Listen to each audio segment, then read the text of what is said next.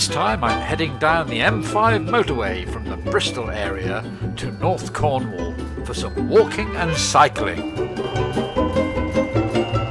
I'm heading for the towns of Wadebridge, Padstow and Polzeath. It's pre-season this time in March 2025, which means it should still be pretty quiet at the coast.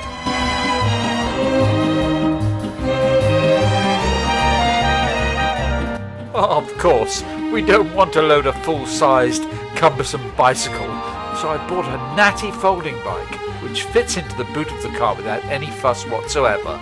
It might not win any races, but it's absolutely adequate for the Wadebridge to Bodmin cycle track.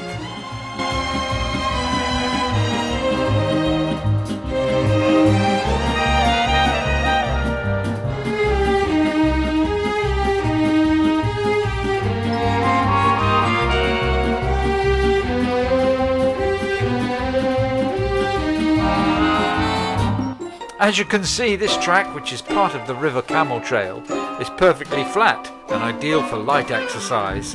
It's only about 5 miles each way, and you can hire a bicycle right there on the day if you prefer.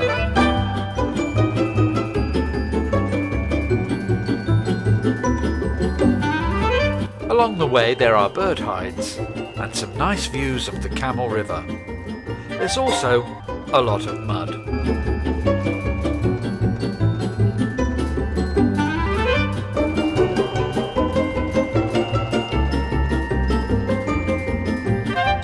On arrival in Padstow, well, you realise that Padstow is pretty crap.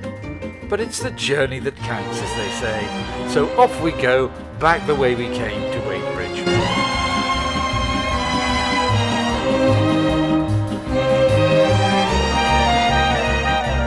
The following day, I walked from Damer Bay along the coastal paths to Hale Bay in Polzeath. At the Damer Trebetherick end, you can see the impressive Bray Hill in the background. It sits between Damer and the St Enedoc golf course. When the tide is up, one has to come back via the golf course or take an unexpected dip.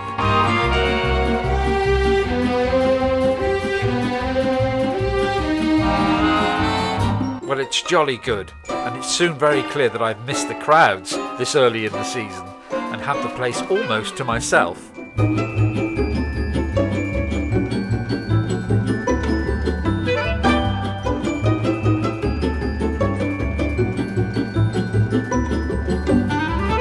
There are some stunning sea views here, and at the Greenway area, made famous by the poetry of John Betjeman, who was a local here, you can also see where Edward Woodward once lived, at Hawker's Cove.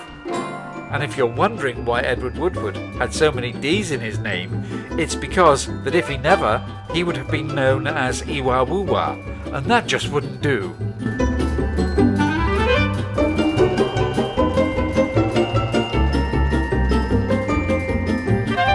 By the time I've walked up a very steep hill to get back to my car, which I parked in Trebetherick, I'm plumb tuckered out.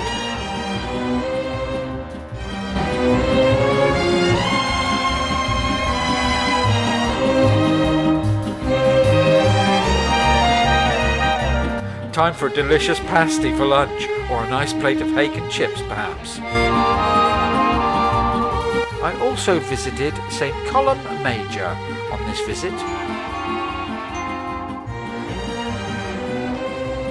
Before heading back to the Premier Inn, which is of such a high standard, one could easily house immigrants in it.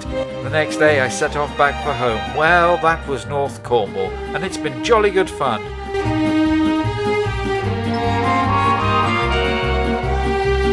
This has been a Part View film and a part of the Destination England series. See you next time.